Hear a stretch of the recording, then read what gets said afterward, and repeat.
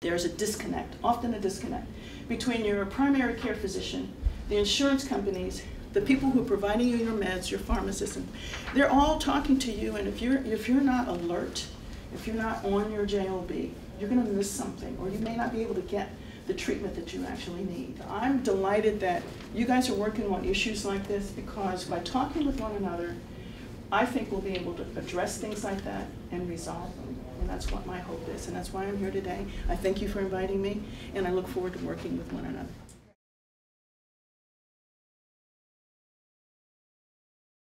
I come from being educated academically in high tech. I'm an IT person. I've run IT companies for years, and then about 10 years ago something happened, and Ruth, I left IT and started pastoring a church.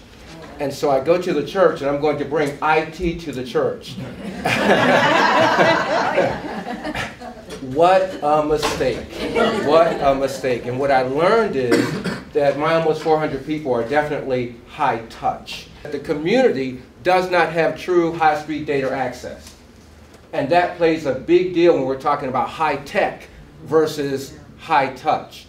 More and more we're seeing other ways that patients can get data to us, wearables, various other pieces of tech that are available.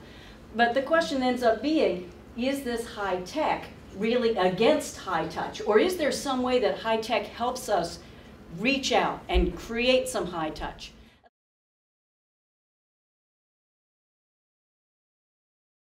When I was thinking about, and as we had chatted today about what you needed to know if you wanted to work or to conduct research in a rural setting, there were a couple of points that I wanted to make. And the first thing I alluded to earlier was expect our patients to want to be involved. They're excited about it. They weren't for sure that they'd ever have this opportunity. They may be a little bit cautious. They may be quite a bit inquisitive. It may take a little bit longer to kind of obtain things like consent, but they really want to be involved. We want what's best for our patients. And so at times it may seem like we're protective or trying to put people off, and it's really not the case. We're trying to understand what's the win-win in the situation. And it can't be seen that you're just coming to do research on the patients or to use the staff to collect data. It really is, if we're going to have a partnership, how do we all have skin in the game? How do we all win? And at the end, particularly, how do the patients get better served? And our whole concept is around servant leadership, which at the end of the day is, are those that you serve better off?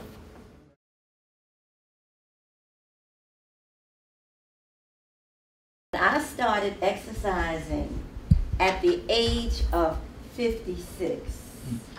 I had never done any type of exercising at all. I started walking, I started lifting weights, I started eating correctly, I started with my prayers and everything. And don't you know that today, at 78 years of age, I do not take any type of medication. All of the medications that I was taking, I no longer take them. And I'm here to tell all of you, it is not difficult to get started. My mantra is determined, dedicated, disciplined to be fit. And then I adopted another one, that age is nothing but a number. And another thing I say, if ever there were an anti-aging pill, you would have to call it exercise.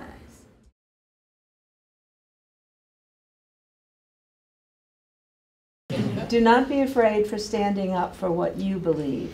What you do, no matter how small, will make a difference. A candle is a protest at midnight.